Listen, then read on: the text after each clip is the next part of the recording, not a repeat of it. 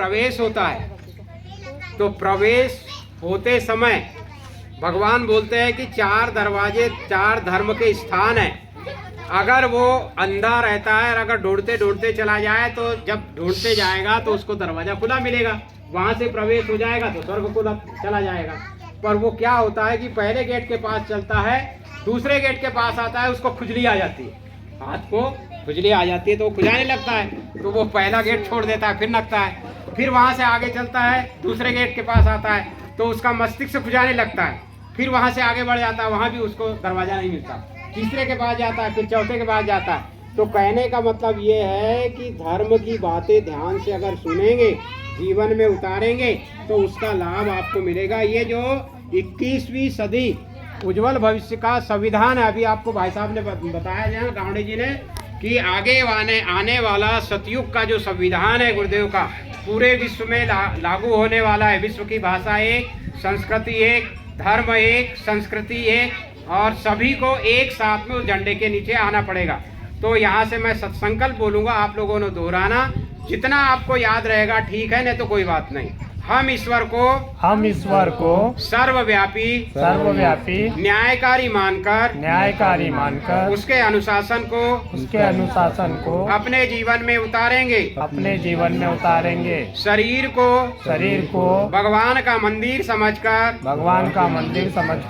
आत्म संयम और नियमितता द्वारा आरोग्य की रक्षा करेंगे। मन को कुविचारों और दुर्भावनाओं से बचाए रखने के लिए स्वाध्याय एवं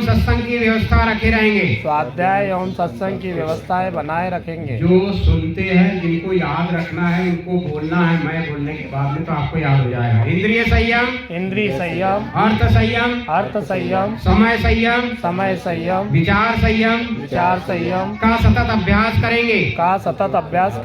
अपने आप को समाज का एक अभिन्न अंग मानेंगे और सबके हित में अपना हित समझेंगे। मर्यादाओं को पालेंगे, वर्जनाओं से बचेंगे, नागरिक कर्तव्यों का पालन करेंगे और समाजनिष्ठ बने रहेंगे। समझदारी, ईमानदारी, जिम्मेदारी और बहादुरी को जीवन का एक अविच्छिन्न अंग मानेंगे। चारों ओर मधुरता, स्वच्छता, सादगी एवं सज्जनता का वातावरण उत्पन्न करेंगे। अनीति से प्राप्त सफलता की अपेक्षा नीति पर चलते हुए असफलता को सिरोधार करेंगे। मनुष्य के मूल्यांकन की कसौटी उसकी सफलताओं, योग्यताओं एवं विभूतियों को नहीं, उसके सद्विचारों और सत्कर्मों को मानेंगे। दूसरों के साथ वह व्यवहार नहीं करेंगे जो हमें अपने लिए पसंद नहीं है। नर नारी परस्पर पवित्र दृष्टि रखेंगे। संसार में सत्प्रवृत्तियों के पुण्य प्रसार के लिए अपने समय प्रभाव ज्ञान पुरुषार्थ एवं धन का एक अंश नियमित रूप से लगाते रहेंगे। परंपराओं की तुलना में विवेक को महत्व देंगे। सज्जनों को संगठित करने